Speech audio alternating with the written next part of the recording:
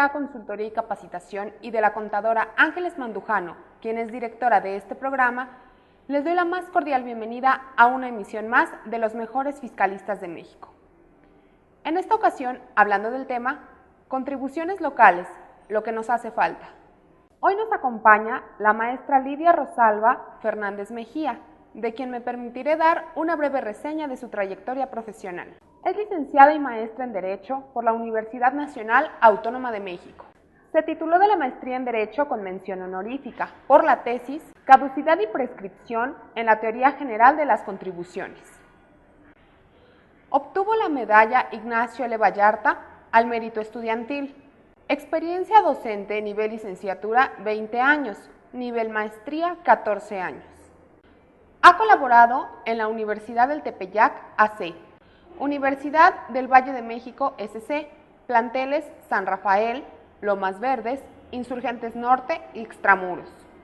Escuela Libre de Derecho de Puebla, Universidad Panamericana, Universidad Autónoma de Coahuila, Universidad Autónoma de Fresnillo, Universidad Autónoma de Yucatán, Instituto Nacional de Estudios Fiscales, Tuxtla Gutiérrez, Chiapas, Universidad Michoacana de San Nicolás de Hidalgo, Morelia, Michoacán. Trabajó en la Procuraduría Fiscal de la Federación, en las administraciones locales del sur y oriente del Distrito Federal y en el Tribunal Fiscal de la Federación. Socia fundadora del despacho Consultores Legales y Administrativos. Áreas de desempeño, docencia, capacitación y consultoría fiscal. Sin más preámbulo, los dejo en la conducción con el contador Francisco Cárdenas Guerrero. ¿Qué tal, amigos? Muy buenas tardes. Bienvenidos a un programa más de los mejores fiscalistas de México. Y bueno, como nos anunciaban ya, en esta tarde tenemos un programa relacionado con las contribuciones locales. Y le quiero dar la bienvenida a la licenciada Lidia. Bienvenida. Muchas gracias. ¿Eres de casa tuya? Sí, ya no necesitas tanta presentación, pero bueno, muchas gracias por aceptar la invitación. No, al contrario, encantado de poder estar aquí. Muchas gracias. Amigos, pues este tema de contribuciones locales que lo hemos abordado en algunas otras ocasiones, vamos a darle un enfoque un tanto diferente, porque hay veces en los que no nos queda claro por qué, además de pagar un impuesto a la renta federal, tenemos que pagar impuestos locales y cuál es la fundamentación jurídica de que así sea, y además también conocer un poquito acerca de la estructura de nuestra forma de gobierno, de la forma de Estado, que ahí es donde está la clave para poder entender estas contribuciones locales, que repito, a veces causan cierta molestia, y creo que vale mucho la pena conocer el alcance de esa fundamentación. Por ello es que invitamos hoy a un experto en esta materia. Yo quisiera empezar, Lidia, si te parece bien, un poquito para conocer y entender la diferencia entre forma de Estado, forma de gobierno, para que de ahí arranquemos y entendamos un poquito más estas contribuciones locales. ¿Qué te parece? Perfecto, Francisco. Pues bien, en muchas ocasiones, sobre todo en el medio de los contadores, sí, no se atiende lo suficientemente de manera profunda la cuestión de la forma de Estado y forma de gobierno. Realmente nos da igual hablar de forma de Estado, forma de gobierno, y esto incide en que desconozcamos las razones por las cuales estamos, como tú estás bien diciendo, contribuciones federales y contribuciones locales. Y es ahí donde viene justamente el encaje con esta situación.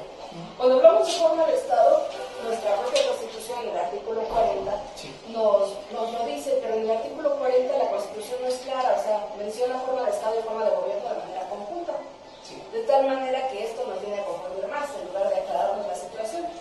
Como formas de Estado tenemos básicamente tres. Desde siempre ha sido el Estado unitario, el Estado federal, que es como el nuestro, y el Estado confederal. Entonces son las tres formas que existen. Esto va atendiendo al grado de centralización que se tiene. El unitario es el más centralizado, el federal el intermedio, y el confederado es totalmente libre. De hecho, no se forma un Estado a nivel general en las confederaciones. Nosotros entendemos, cuando hablamos de federación, yo siempre les pongo el ejemplo en clase. A ver, vamos a organizar. En los Estados unitarios tenemos un solo poder ejecutivo, legislativo y judicial. Se acabó, no hay más. ¿Qué pasa en nuestro país, que es un Estado federal? Tenemos un poder ejecutivo, legislativo y judicial a nivel federal, a nivel estatal y a nivel municipal, exactamente. Entonces ahí ya vamos aclarando la situación. Esta situación se viene a convertir en un problema por el artículo 31, fracción 4, que justamente ahí viene el enganche, ¿no? Finalmente, ¿qué dice 31, fracción 4? Que tenemos obligación de contribuir a los gastos de la Federación, Distrito Federal o Estado y municipio. Por esta conjunción, por esta I, tenemos la obligación de contribuir en los 3 niveles. De tal manera que algo que muchas veces se ha alegado es que esto me correcto es porque tengo que pagar, porque la Constitución lo dice. Y yo siempre les pregunto, ¿es entonces inconstitucional la doble o múltiple tributación? Y la respuesta es no. Por la I. Por la I. Por la I. Esa es la respuesta. Puede sonar muy lógico, muy absurdo, pero tenemos y vivimos con el principio de legalidad. Y ahí está. O sea, no hay otra manera de decirlo. Tenemos obligación de contribuir a los 3 niveles. Aunque, sí vamos a contribuir a los 3 niveles, aunque sea sobre la misma base. Como platicamos hace un ratito, ¿no? Le decía yo, mucha gente me pregunta, o se pregunta, ¿por qué hay un impuesto celular en ciertas entidades federativas, no en todas, pero en ciertas, en donde dicen, oye, tú asalariado, aparte del impuesto de la renta federal, vas a pagar un impuesto local del 2 al 5% sobre la misma base que pagas el impuesto federal? Entonces, oye, ¿no es doble tributación? Entonces, sí es doble, pero no está prohibida. Además, que bueno que tocas el punto, porque también hay que distinguir, no es lo mismo impuestos celulares que contribuciones federales. Y aquí ha tenido que ver una cuestión política, porque ¿cuántas veces no se les ha dado a las entidades la posibilidad de ejercer su potestad tributaria y ahora sí, establezcan los impuestos que ustedes consideren que necesitan? Tenemos un principio que se llama de eficiencia recaudatoria. Y entonces ese principio me dice que los impuestos más importantes deben estar a nivel federal. ¿Por qué? Porque a nivel federal tengo las mayores capacidades para poder recaudar, tengo todos los elementos. Entonces, si le digo a las entidades federativas, cobren ustedes tienen toda la potestad, pueden hacerlo. ¿Qué hacen las entidades federativas? ¿Hacen uso de esta potestad? No lo hacen. ¿Y sabes por qué? Por una razón muy política. Exacto, el precio político, el costo político no lo quieren pagar. Esa es la situación de que tengamos esta problemática. Una forma de darle salida a esta potestad tributaria fueron los impuestos celulares. Y actualmente tenemos 7 entidades que las están cobrando, no más. Las demás no quieren pagar el costo político. Porque además otra cosa, y es más grave, en realidad un 90% de los ingresos de los estados corresponden a transferencias federales. Es todavía más triste. Pues sí. Y con el escandalazo que acabamos de vivir todo relativo a los municipios. Con todos los municipios, exactamente. Los municipios, entonces, están recibiendo tanto dinero que le hicieron. El 90% es de transferencias federales. Muchísimo. Y dependes totalmente de la... Y luego depende cómo se haga la asignación, que es otra pregunta para iniciar por ahí, pero no te dejé terminar. Formas para el gobierno y formas de Estado. Como forma de Estado tenemos un Estado federal. Y ahí está respondida la pregunta, ¿por qué pagamos doble o triple impuestos sobre las mismas bases? Por esta razón. Nuestra forma de gobierno, como gobierno, somos una república. Yo siempre le digo, ¿recuerdan la República Popular de China? Somos igual. Y para poner un ejemplo muy claro, monarquía, las formas de gobierno son monarquía, república, democracia. Entonces, por ejemplo, si nos vamos a Canadá, como forma de gobierno es monarquía. Ustedes no lo creen, monarquía, Canadá es una monarquía. Pero como forma de Estado es exactamente igual que nosotros, Estados Unidos. Es una federación, es un Estado federal. Entonces, desde aquí habría que hacer esas comparaciones, ¿no? Para podernos... Además, aquí nos ayuda mucho el derecho comparado. Porque al final de cuentas, si tenemos la misma forma de Estado, aunque estemos dependiendo o haciendo diferentes poblaciones, sí nos dan distingos. Porque también, y aquí viene a colación algo, existe un libro que se llama El espíritu de las leyes, de Montesquieu. De tal manera que ese libro es precioso porque, y es cierto, nos dice que el clima, pues ahora sí que es algo que incide en la forma de ser del pueblo. Aquí lo observamos nosotros. La gente del norte pues es más seria, más fría. ¿Y cómo son los de Veracruz, por ejemplo? Sí, claro. Sí, son cálidos, son muy dicharacheros. Así es. Entonces, las leyes se hacen justamente de acuerdo también a la idiosincrasia, a la forma de ser del pueblo al que le vayan a corresponder. Entonces, esto nos va dando una serie de datos para poder nosotros establecer qué vamos a hacer, qué podemos contar, para poder contar con la contribución y llegar a contribuciones locales, que es lo que nos ha faltado ahorita. Gente, qué interesante. Hablamos ahorita del espíritu de las leyes de Montesquieu en relación a cómo deberían de ser. Y yo creo que ahí ha faltado algo. Te voy a desviar un minutito nada más, con un paréntesis pequeñito, que yo creo que se ha olvidado algo en nuestro país, porque a lo único que nos hemos dedicado es a cobrar, a recaudar, ¿no? Y la ética para el cobro de los impuestos como que se pierde, ¿no? No sé qué opinas de eso. No, sí se ha perdido porque inclusive ahorita justamente lo vemos con los maestros. Están totalmente a disgusto y haciendo manifestaciones porque no están dispuestos a ser evaluados. Evaluación como parte del proceso administrativo sabemos que es necesaria para poder definir a dónde voy, dónde estoy. El gobierno tiene que dar una justificación a qué programas me vas a dar más dinero. No puedo decidirlo así nada más porque sí, y ese fue el meollo del asunto, con las contribuciones locales y con las transferencias que vamos a empezar ahí. Entonces, ¿con qué criterio le doy? Me cae bien el gobernador de Sonora, es de mi color, entonces a él le doy más. El de Baja California, no es de mi color, es el color que no me gusta, entonces me doy valor o no voy. Entonces eran discrecionales. O es en un partido distinto al mío, sí. ¿no? Lo castigo. Sí, lo castigo. Sí, claro. Porque todo lo que no está legislado, todo lo que no está prohibido, está permitido. Y vas a una misma idea, ¿no? Sí, así es. Muy bien, Lidia. Y a ver, aquí, entonces ya nos explicaste cuál es el fundamento legal, que sí se puede hacer, la diferencia entre formas de Estado, formas de gobierno, y qué tendrían que ver esas contribuciones locales con la ley de coordinación fiscal. Con la ley de coordinación fiscal. ¿O qué es, no? O sea, ¿por nos ilustras ahí? Porque hay a los que ni conocemos que existen. Sí, mucha gente me dice, oye, ley de coordinación fiscal, no. A mí no me no tiene nada que ver. La ley de coordinación fiscal nace como una necesidad justamente por estos niveles de gobierno que acabamos de observar. Si bien es cierto que tenemos contribuciones federales, el Estado tiene la posibilidad de distribuir esta potestad tributaria como comentábamos hace unos momentos. Al distribuirla, entonces cada entidad federativa también puede a su vez legislar. El único nivel que carece de poder legislativo es el municipio. Pero entonces todo queda recargado justamente en las contribuciones locales. Aquí también hay una falta de creatividad, o a lo mejor de estudio, a lo mejor precisamente por desconocimiento, porque las contribuciones locales vienen a ser exactamente las mismas, prácticamente toda la República Mexicana.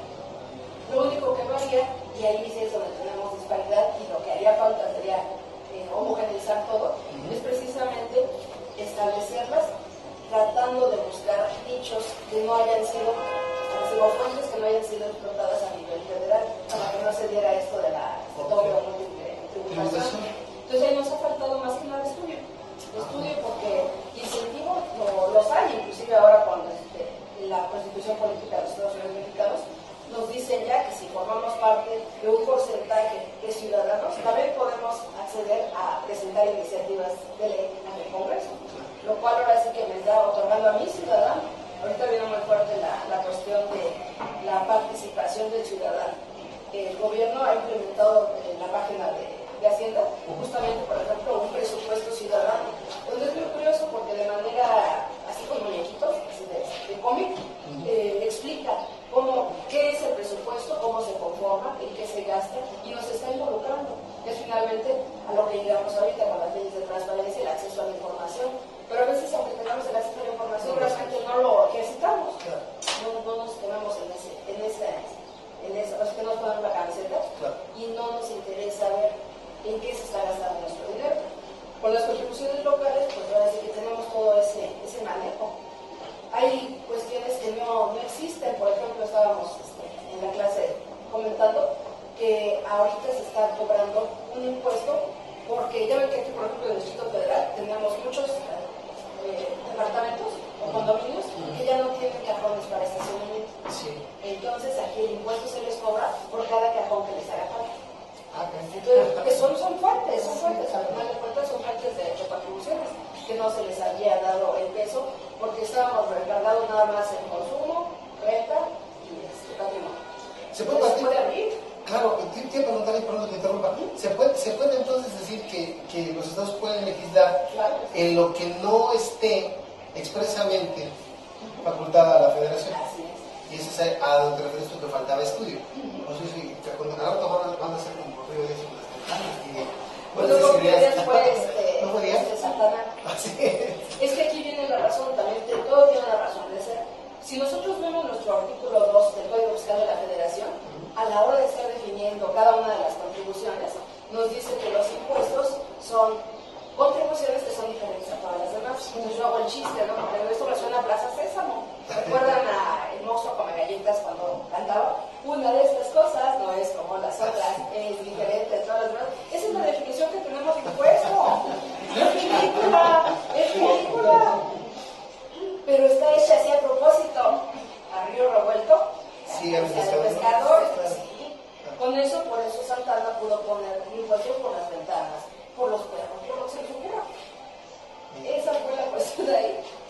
Entonces, una indefinición de contribución y es lo que más se explota. Ahora, si existe la ley de coordinación fiscal, ¿viene a tener como objetivo entonces evitar esa doble tributación? ¿O cuál es su objetivo? ¿O asignar recursos a los estados de acuerdo a qué o cómo? La ley de coordinación fiscal, uno de sus principales objetivos, viene a ser establecer los organismos del Sistema Nacional de Coordinación Fiscal. Y aquí tenemos un instituto que se llama precisamente así, INDETEC, que es el Instituto para el Desarrollo Técnico de las Haciendas Públicas. Este instituto es una maravilla, tiene estudios, por decir que todo está publicado en su página, porque además tiene su página web, y cualquiera puede acceder a ella. Sin embargo, no se explota la información y además los servicios que ofrece. El INDETEC, si una entidad federativa solicita un estudio para que vea desde su marco jurídico, el INDETEC lo hace, y eso no lo sabemos.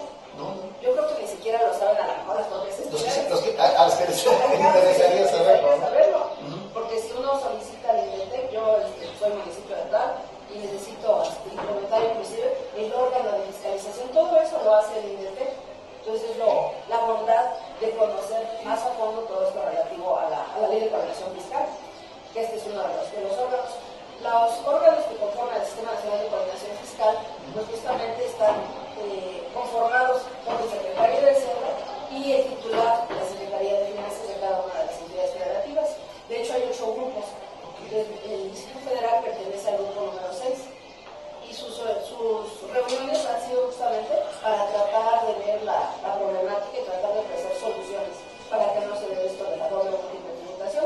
Pero además también se reforma la ley de coordinación fiscal y se introduce un capítulo quinto donde nos hablan precisamente de las famosas, los fondos de aportaciones.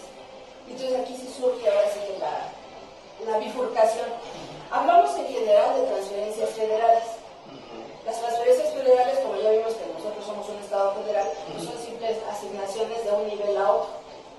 ¿Por qué? Porque en materia de contribuciones locales y dada nuestra riqueza en cuanto a entidades federativas, nosotros tenemos la fortuna y la bendición, porque a nivel internacional y a nivel mundial ocupamos el lugar número 8 en variedad de flora y fauna endémicas. Flora y fauna endémica quiere decir que solo son flora y fauna que no crecen en ninguna otra parte del planeta, más que aquí en nuestro país. Entonces, en realidad, tenemos una riqueza bellísima. Esta está desperdiciada, tenemos belleza, pues digo, que te digo, la fortuna de poder andar dando clases en la República Mexicana. Y sucede que a la hora de viajar, por ejemplo, a Sonora, pues es un calor horrible, ¿no? Pero tenemos también unas noches de octubre pasando por el desierto y la luna, pues es belleza. A final de cuentas, si voy a Chiapas, pues allá hace calor, muy fuerte. Así que muy fuerte. Pero es belleza, es diferente tipo de belleza. Como estamos así con nuestra república, entonces tenemos mucha tela de donde cortar que no ha sido explotado. Sí. Entonces hay muchas contribuciones que no se cobran. Si uno va revisando cada una de las contribuciones que se cobran de cada entidad federativa, viene a ser la misma, las mismas. De hecho, es una copia de una otra. Así es. Lo único que varía, y eso es lo que lo hace también problemático, son las tasas y y las formas y los momentos de pago. Esto también nos viene a dificultar y es un área que también están trabajando los contadores ahorita, que está empezando a cumplir el dictamen famoso de las revisiones locales. Y finalmente es una especialización, porque para la conformación de las bases imponibles, sobre todo para predial o para impuestos sobre adquisiciones inmuebles, es toda una situación de mucha pericia, donde así se requieren conocimientos especiales, inclusive los contadores se llegan mucho y luego hasta se convierten en peritos, ¿no? Con los arquitectos y los ingenieros. Sí, sabía de eso. Sí. Sobre todo para el predial, ¿no? Así es. Incluso para derechos de agua, digo, no es igual, pero también, ¿eh? No, también. Se requiere. Sí, además igual hay que verlo también porque a nivel federal y a nivel local. Sí. Tiene una reputación muy grande. Aquí lo que tenemos también es que hay desequilibrios, tenemos desequilibrios verticales y desequilibrios horizontales. Y también hay que tenerlo claro. ¿Cuál es el proceso de desequilibrio vertical? Yo como entidad federativa tengo mis ingresos propios, pero también tengo mis necesidades de gastos. Cuando estas dos no están parejas, entonces tengo un desequilibrio vertical. Tengo también desequilibrios horizontales, sí. Y estos se dan cuando yo involucro un tercer factor, que es la población, porque tengo mis necesidades de ingresos per cápita y por otro lado mis necesidades de gasto per cápita. Y entonces cuando también hay desequilibrio aquí, viene el desequilibrio horizontal. Estos desequilibrios, tanto horizontales como verticales, los podemos equilibrar por medio de las transferencias federales. Y así tenemos que nace, por un lado, las participaciones, que son el rango 28, por el otro, el famoso, que viene con el título quinto de la Ley de Coordinación Fiscal, los fondos de aportaciones, que es el ramo 33. Ese ramo 33 es famosísimo. Es muy famoso, pero tiene una situación. Los fondos de aportaciones están etiquetados y en apariencia tenemos que estar muy vigilados, pero la realidad es que no. Está legislado, pero también tenemos toda su regulación dispersa. Lo relativo al ramo 28, las participaciones no son libres. Eso no hay un seguimiento tan estricto. Pero al final de cuentas son transferencias federales, son ingresos que se les están dando. Para no tener sorpresas como la que estábamos viendo ahorita con los municipios, entonces vino el Senado. El Senado empezó a elaborar la ley para controlar el endeudamiento de las entidades federativas. Pero aquí también, al carecer de los conocimientos, y más que estamos hablando de los senadores, se les hizo muy fácil ellos iniciar la ley esta en contra del endeudamiento de los municipios, y tenemos un problema. La fracción, el artículo 72 constitucional, en su inciso H, dice muy claramente, cuando las leyes se traten de empréstitos o de impuestos, deben necesariamente iniciarse en la Cámara de Diputados. Y yo siempre les digo a los participantes de los cursos, el que hace la ley, hace la trampa. Entonces era muy curioso, porque si nosotros comenzábamos a ver la ley, en la ley se le otorgaban facultades al Senado para limitar este endeudamiento. Entonces ahí está muy comprobado, ¿no? ¿Qué hace la ley? Hace la trampa. Pero les falló, porque aquí se pasaron por alto este artículo, este inciso del 72H. Entonces luego ya le quisieron componer, porque para modificar nuestra Constitución hay otro procedimiento en el 135 constitucional, pero no. Cuando nosotros estábamos modificando la Constitución, y si ustedes se fijaron ahorita, 2 semanas para acá, ya no le dice nada. ¿Por qué? Porque se equivocaron, fue evidente, y ahora sí que tienen que volver a empezar. Tienen el derecho de iniciativa, pero debió haber empezado a discutirse esa ley en Cámara de Diputados. Entonces ahora sí que estamos viviendo el derecho constitucional en carne propia, son lecciones de vida que estamos teniendo, lo cual es bueno también, finalmente, ¿no? Porque nos va dando ese parámetro para poder darlo a conocer, que la gente vea y se dé cuenta y entienda por qué está pasando lo que está pasando. Eso sobre todo, concientizarlos de esa parte. Así es. Pero a ver, entonces, aquí hablábamos de dos conceptos, aportaciones y lo que son participaciones. Comentabas que aparentemente las aportaciones deberían estar más vigiladas que las participaciones. Pero finalmente, pues sigue siendo recursos públicos, que deberían tener el mismo cuidado, ¿no? en ambos casos. Pero esa participación, por ejemplo, ¿cómo en función a qué se maneja para efecto de que un Estado diga, oye, yo voy a recibir o debo recibir tanto, y por eso nos quieren a los chinacos. Sí, y que a mí nada más me dan poquito y me dan mucho, y que se hace en función a la población y que después cambió. A ver, platícanos. Sí, esto tiene una historia porque definitivamente cuando yo tengo el costal acá lleno de billetes, ¿qué es más fácil? Si yo le pregunto al público, ¿qué es más fácil? ¿Que se vayan ustedes y salgan a pedir dinero a la calle o quieren que les lleven de mi costal? Es más fácil es tirar la mano y es lo que han estado haciendo las entidades federativas. Cuando voy a repartir, bueno, si yo tengo la facultad de repartir, puedo tomar algún criterio. Como diría la canción Oye Sorullo, a todos los quiero igual, a todos les doy igual, sin ningún distingo. Les doy igual. ¿Por qué? Porque todos son mis hijos, a todos les doy igual. Pero entonces va a haber quienes estén de acuerdo y quienes no. Tengo también entonces otra opción. Puedo repartir según ciertas características. Y aquí ya puedo decir, bueno, las entidades que son más pobres les voy a dar más, pero las que son ricas van a decir, no, yo no estoy de acuerdo, estamos de acuerdo. Porque a ellos más. O sea, siempre va a haber algo así. Para esto, la propia ley de coordinación fiscal y sus fórmulas horribles que están cuando metemos en la ley, se espantan. No se le entiende nada, a la gente que sí le entiende. Los economistas, claro. Los economistas son los especialistas. Tú lo ves y lloras, tú lo ves y lloras. Sí. No, mira, aquí vienen 5 criterios de distribución. 5 criterios de distribución muy sencillos. Y vienen justamente dados por estas características. El primer criterio de distribución que utiliza la ley de coordinación fiscal se llaman criterios resarcitorios. ¿A qué se refiere con esto de criterios resarcitorios?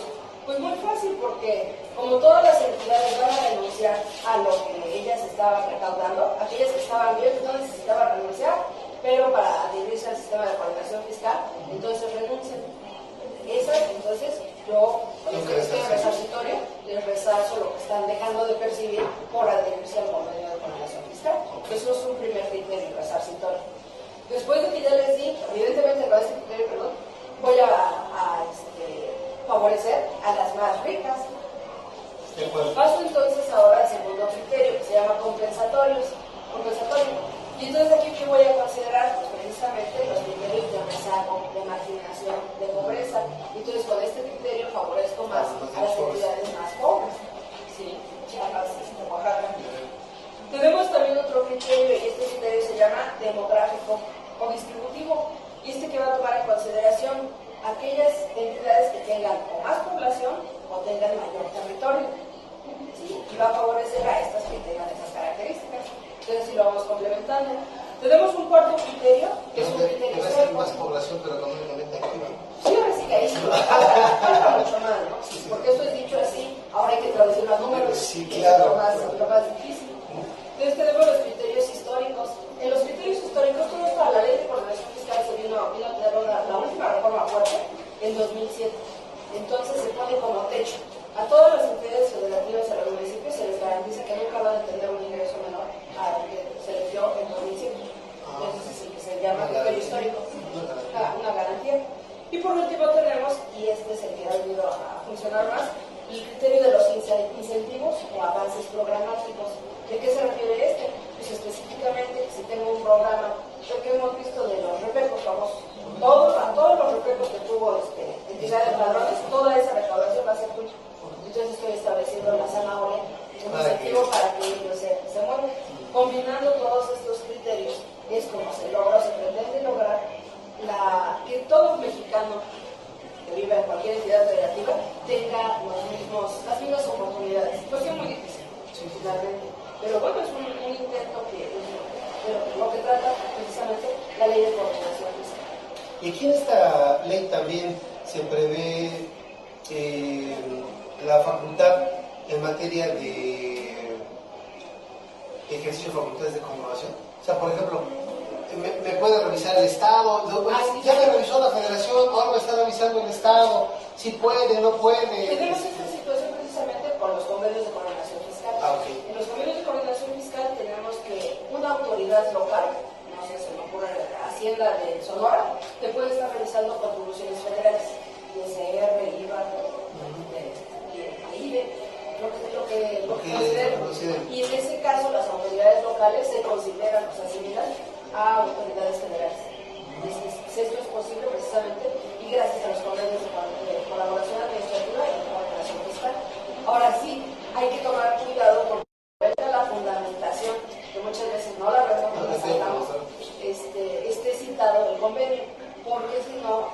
es un acto viciado y todo lo actuado con fundamento legal también se anula.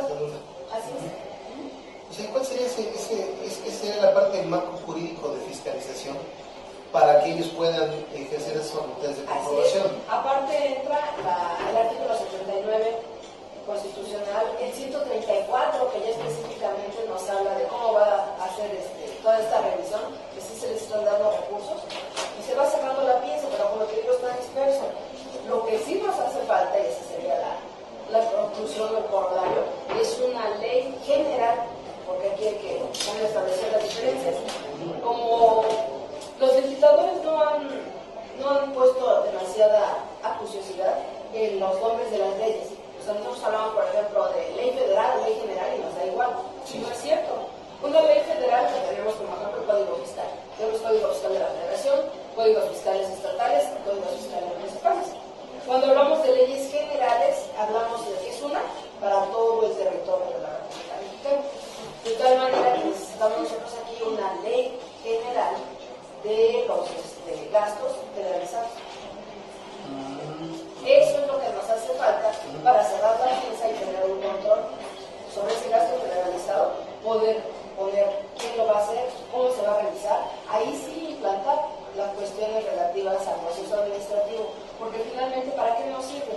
Ahorita las reformas que se requieren es que podamos revisar la cuenta pública desde el primer día hábil del siguiente ejercicio fiscal que termina, para tener la información 2 meses antes de que se acabe el ejercicio y con base en los resultados poder tomar las acciones y las decisiones de acuerdo a lo que haya pasado. Eso nos ayudaría a justamente ver qué programas se han dado beneficio, qué programas han dado resultado. Hay situaciones en donde se hizo una situación y les dieron a los niños la leche fortificada, con azúcar. El caso es que se observó que estos niños que tomaron esta leche tuvieron crecimiento en su talla de 2 centímetros. Está comprobado precisamente porque se llevó a cabo una evaluación. Al haber crecido, entonces a ese programa se le debe asignar mayor presupuesto y seguirlo apoyando, ¿no? Para eso nos serviría esta situación de la evaluación a la que estamos a veces negados, porque como autoridades en nuestro país tenemos el principio de legalidad y lo decimos así, cada autoridad solo puede hacer lo que la ley le permite, pero en México se malinterpreta. Yo digo que soy autoridad, lo que estoy queriendo entender es que aquí voy a hacer lo que yo diga. ¿Por qué? Porque lo digo yo y eso no es cierto. El principio de legalidad dice que yo puedo hacer la autoridad aquello que la ley me permite. Y soy la primera que debo conocer la ley. Y respetar. Y respetar. Exactamente, no andar con los jueves. Pero aquí hablas también de otro tema, de esta ley, porque, oye, la coordinación fiscal te dice cuándo te van a dar, muy bonito, ya recibiste, ¿sí? La participación. Pero, ¿y el rendimiento de cuentas? No está contemplado aquí, tenemos la ley de información, de acceso a la información, y eso nos tocaría a nosotros como ciudadanos. Entonces nos lo dejan ahí y ella se muere, ya no se le da el seguimiento. Con esta ley de gasto generalizado, entonces sí podríamos poner ahí las cuestiones. Porque además se llevan a cabo las auditorías, llega la Auditoría Superior de la Federación a hacer las revisiones, encuentra las observaciones, y las observaciones son recurrentes también. ¿Qué hacen? Por ejemplo, se te otorga a ti una cierta cantidad para un programa, el programa de la leche. Pero necesitas más dinero y tienes otros programas. Entonces, como la leche va bien, entonces le quitas a la leche y le das a otro programa. Pero al discrecional, totalmente discrecional. Tú lo decides. Y ya no tu gobierno, ya no tu legislativo, sino la persona que está a cargo del programa en cada nivel. No, está totalmente sin control, sin ningún seguimiento, sin nada. A la hora de la hora, igual con los gastos de comprobación. Sí. Esto sin contar con toda la corrupción que hay a nivel de los proveedores del gobierno, a nivel federal, estatal o municipal. Sucede que a los proveedores del gobierno se convierten en proveedores del gobierno porque saben que les van a pagar. ¿Cuándo? Pues a ver, pero tiene la garantía de que les van a pagar. Entonces se vuelve un contubernio, porque yo ya tengo mis proveedores, todos aquellos que finalmente son mis amigos, mis cuadernos. ¿Sí? De alguna manera viene a hacer esto. Cuando digo, ya no tengo presupuesto, pero necesito que me echen la mano, porque así entonces, si ustedes me echan la mano, finalmente yo les voy a seguir dando los contratos una vez que ya cambie el ejercicio y me den más presupuesto. Entonces esto viene a hacer, y lo hemos visto, que estos proveedores dupliquen de facturas. Aparte de que las facturas no cumplen con los requisitos fiscales, ahora que llega a Autoridad Superior de la Federación, no cumple los requisitos Podemos fiscales. pensar que ya nada se va a ir. Entonces, bueno, es que en esa mano, que somos perfectos. pues eso es un faro, es una guía. Pero estamos en el camino. Por ahí andamos, la situación está así, la realidad es esa. Es totalmente discrecional. Son abusivos en ese sentido los proveedores porque no duplican facturas y como les dicen que les hacen sus ajustes, entonces les pagan y no les van a pagar. Y si tú preguntas a los departamentos de los encargados del pago, dicen, no, si yo no reviso nada, a mí si me dice la cantidad, yo la pago. ¿Por qué? Porque no tienen responsabilidad. Aquí surgen dos leyes más, la ley de responsabilidades de los servidores públicos y la ley de responsabilidades administrativas de los servidores públicos, que ahí es donde ya tenemos las sanciones. Claro. Pero si no las ejercemos, No hay denuncia. Podrá haber 50. No se avanza mucho en este sentido. A ver, nos explicabas, ya me quedó claro la parte de la función que tiene la ley de coordinación fiscal, la diferencia entre participaciones, aportaciones, el marco jurídico de fiscalización, que nos platicabas que también es aplicable aquí, pero nos mencionabas en realidad la fracción cuarta en relación a la obligación de contribuir para los gastos públicos de la manera proporcional y equitativa que dispongan las leyes. A mí me queda aquí algo que también se ha debatido mucho. Casi todas las empresas federativas legislaron el impuesto sobre nóminas. Digo, no sé, habrá una que no, más bien yo no conozco una que no, porque a lo mejor si me dicen otros impuestos no conozco, pero de nóminas yo creo que todas tienen impuesto de nóminas. ¿Cómo me obligan, a ver, como empresario te pregunto, ¿cómo me obligas a pagar un impuesto de un gasto? Porque aquí tenemos esta figura jurídica. Sí, pero es que yo me quedo así como diciendo, bueno, espérame. Si me cobras de ingresos, voy de acuerdo. Porque me dices que mi patrimonio aumenta, voy de acuerdo. Porque tengo más ventanas, y tengo capacidad contributiva. Pero pagando nómina. Bien, esto es precisamente porque tenemos figuras jurídicas maravillosas. Estas figuras jurídicas a las que me refiero se llaman ficciones. ¿Has oído hablar de las ficciones? A veces tengo alguna que... Es algo no son ficciones. Es algo que no existe. Exacto. Una persona moral como tal. No existe exactamente, es una ficción. ¿Qué es lo que sucede aquí? Una ficción jurídica es una técnica jurídica.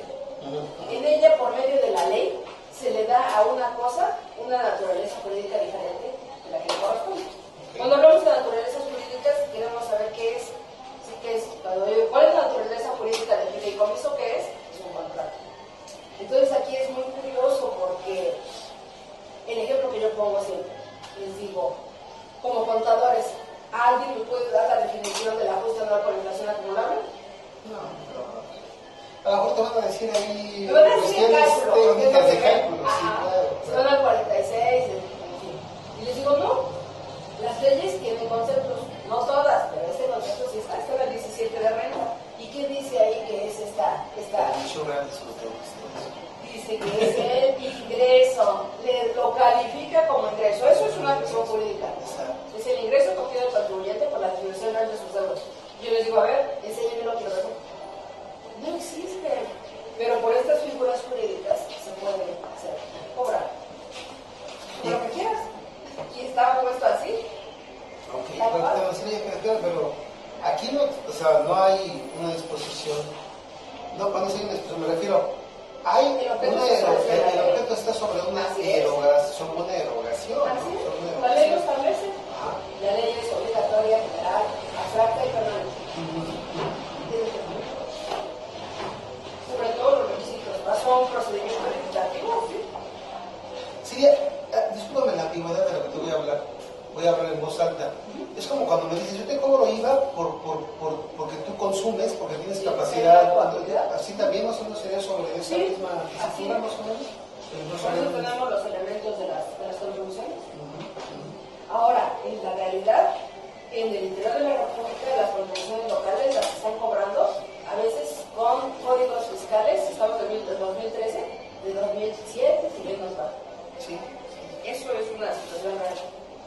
Pero como si a nivel federal los contribuyentes no saben, es algo de lo que se aprovecha la autoridad. ¿Cuántas personas se van a ir a un amparo? Al principio de cuentas por cuestión económica. Y además el profundo desconocimiento de las leyes. Entonces a mi gobierno no me interesa que una ley sea inconstitucional, ¿verdad?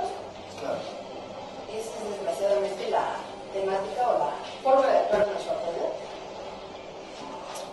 Bueno, pues te digo, eso es algo que mucha gente nos preguntamos en relación a, oye, pero ¿por qué impuestos sobre una derogación? Cuando es eso, la única forma de modificarlo pues es con juicios. Y luego también le dice a las personas juicios, no quieren. Entonces, desconozco otra forma de hacerlo. La jurisprudencia se va construyendo y se construye con juicios. Yo siempre les digo a los contadores, ustedes son elementos del ejército de salvación. Ustedes deben llegarle un día a sus amigos, parientes, familiares y clientes para que se defiendan. Y como dijo Barralda, no se dejen. Si se dejan, ahora sí que va a seguir. Bueno, eso es cívica desde primaria. Desde primaria debe de ser, debería de ser. Debería de estar concientizado, ¿no? Y la gente a esto. A contribuir, pero también, ¿de qué manera? ¿No? Hablando del carácter de los mexicanos, precisamente con esto, tenemos la situación de que hemos sido muchas veces engañados. Y la autoridad tampoco ya nos cree. Eso es una situación de estira y afloja, ¿no? Y ha sido precisamente porque en México, en sus inicios, vivimos 3 años de colonización y aprendimos algo. A que hiciéramos lo que hiciéramos, trabajábamos, lo que no queríamos hacer buenos de nuestro producto, de nuestro trabajo. Y entonces eso ha venido a dar un carácter del mexicano como está. El mexicano es tramposo, el mexicano es rebelde, el mexicano le gusta sacarle la vuelta a todo. Entonces tenemos que legislar de manera que la autoridad es la que debe, en ella debe empezar un cambio, debe de creernos. La mayoría de las legislaciones a nivel internacional parten del principio de buena fe del contribuyente. Y aquí partimos del principio de que el contribuyente es culpable hasta que no más lo contrario. Eso es lo que me refería hace un ratito de la ética que te platicaba. Porque aquí no te interesa cómo cobres, te interesa cobrar. Y a sabiendas de que muchas veces estás cobrando injustamente. ¿Viste la película esta de la ley de Herodes? Sí, claro. Ese es, parece que un monumento al derecho constitucional. A mí me daba mucha gracia cuando sale la dueña del bordel y dice al presidente, es que tú te crees mucho porque leíste ese librote. Y ese librote es la Constitución. Sí, claro. Precisamente. Pero la arrancaba todas las hojas. No, y luego hasta la reformó, aprendió a legislar sin saber nada. ¿Y si dice cómo también? Precisamente, pero es que tiene que ser nuestra triste historia. De alguna manera tenemos que enderezar y volver al buen camino. Finalmente debemos de trabajar sobre bases de eficiencia, de honradez, que es lo que está legislado, con nuestro mundo de ser y de deber ser. Pero estamos en el camino. Es de los pocos países también en los que ves a la autoridad con miedo, no con respeto. Eso es muy grave, fíjate. Muy grave. Tú sácate a la Secretaría de Hacienda y si les pudieras tocar el corazón a los que van a la Secretaría de Hacienda, van a decir, ¿por qué? Por el temor. O sea, no vas a que te orienten, vas con temor, vas pensando que te van a perjudicar, que te van a hacer daño. En lugar de que digas, bueno, vengo a que me orienten, ¿no? Como dicen ahí, como dicen los niños ahora, ¿no? No me pegues, orienta, ¿no? Entonces, no, es diferente.